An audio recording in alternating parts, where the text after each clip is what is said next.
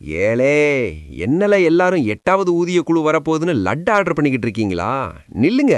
அந்த லட்டுல இனிப்பை விட இன்சுலின் செலவு தான் அதிகமா இருக்க போகுது. சம்பளம் ஒரு 30% ஏற போகுதுன்னு குஷியில இருக்கீங்களே, ஆனா உங்க சத்தமே இல்லாம உங்க பாக்கெட்ல இருந்து 40% பணத்தை அபேஸ் பண்ண ஒரு பிளான் ஓடிக்கிட்டு இருக்கு தெரியுமா? கிரிக்கெட்ல தோனி சிக்ஸர் அடிக்கிறத விட அரசாங்கம் போட போற கூகுளி ரொம்ப டேஞ்சர் பாஸ். அது என்னன்னு தெரியணுமா? வீடியோவை ஸ்கிப் பண்ணாம பாருங்க. கொஞ்சம் 2016க்கு போவோம். 7வது ஊதியக்குழு வந்தப்போ ஆவரேஜா 23.5% சம்பளம் ஏறிச்சு. ஆனா அதே 5 வருஷத்துல விலைவாசி எவ்வளவு ஏறிச்சு தெரியுமா? கிட்டத்தட்ட 30%.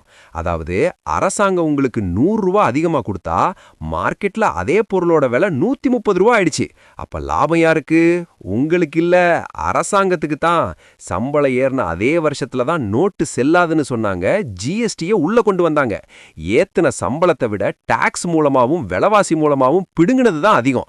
இப்போ 2026ல கதை அப்படியே ரிப்பீட் ஆக போகுது. 8வது ஊதிய குழுவுல ஒரு 25% வரை சம்பளம் ஏறலாம். ஆனா இங்க தான் மேட்டரே இருக்கு.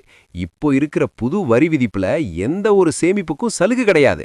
நீங்க அங்க ஐபிஎல் மேட்ச்ல ஸ்ட்ராட்டஜி டைம் அவுட் பாக்குற கேப்ல இங்க பால் விலை, சிலிண்டர் விலை, வீட்டு வாடகைன்னு எல்லாம் பவுண்டரி அடிச்சு பறக்கும்.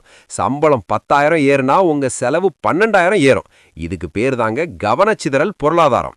அரசு ஊழியர்களே, சம்பளம் ஏறது உங்க உரிமை, அது கண்டிப்பா வேணும். ஆனா அந்த பணம் உங்க குடும்பத்துக்கு நிஜமாவே பயன்படுதான்னு பாருங்க. அரசாங்கம் போடுற புது வரி சட்டங்களையும் மறைமுக கட்டணங்களையும் கவனிங்க. மேட்ச்ல விக்கெட்டு விழுறதை விட நம்ம பர்சுல ஓட்ட விழுறது தான் இப்ப பெரிய பிரச்சனை.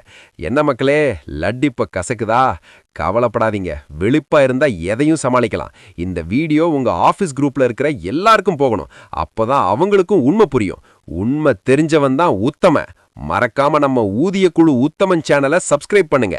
அந்த பெல் ஐகானை தட்டி விடுங்க. அடுத்த அதிரடி அப்டேட்டோட வர்றேன்ல.